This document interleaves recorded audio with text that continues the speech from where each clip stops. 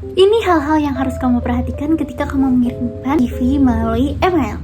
Yang pertama, isi subjek email. Ini penting banget karena kalau misalnya kalian gak ngisi, kalian bakal dikira nge-spam atau tenggelam nih notifikasi emailnya. Nah, contoh subjek dari email ini bisa kamu cantumin posisi yang kamu ingin lamar, strip, nama lengkap kamu.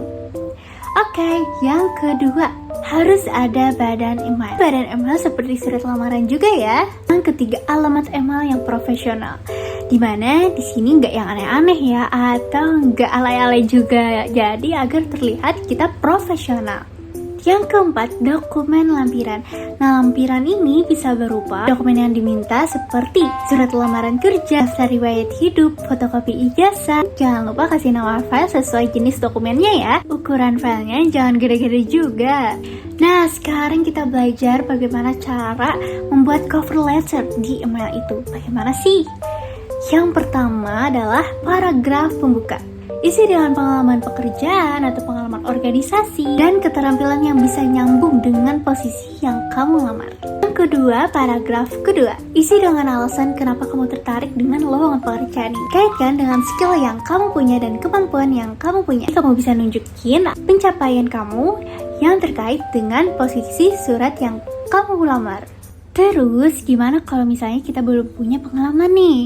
Nah, kalian bisa terapkan seperti ini ya.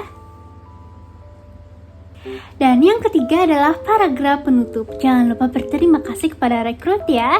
Nah, 3 hal itu bisa kamu terain di cover letter email kamu. Cukup tulis aja di bagian kiri atas dan email.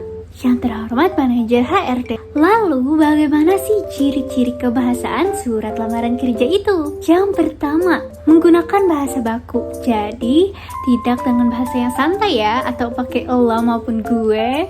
Yang kedua, menggunakan bahasa Indonesia bukan bahasa daerah. Yang ketiga, tidak berlebihan. Yang keempat, tidak perlu mencantumkan prestasi. Sebenarnya ada beberapa cantumkan di surat lamaran kerja. Namun sebaiknya itu bisa dicantumkan di kurikulum vitae. Yang kelima, tidak memaksa. Maksa gimana maksudnya nih? Nah, misal kamu mencantumkan teks, mohon bapak atau ibu segera mengirimkan jawaban. Itu kurang sopan ya kita dengarnya. Yang keenam, jelas mengucapkan penerima surat.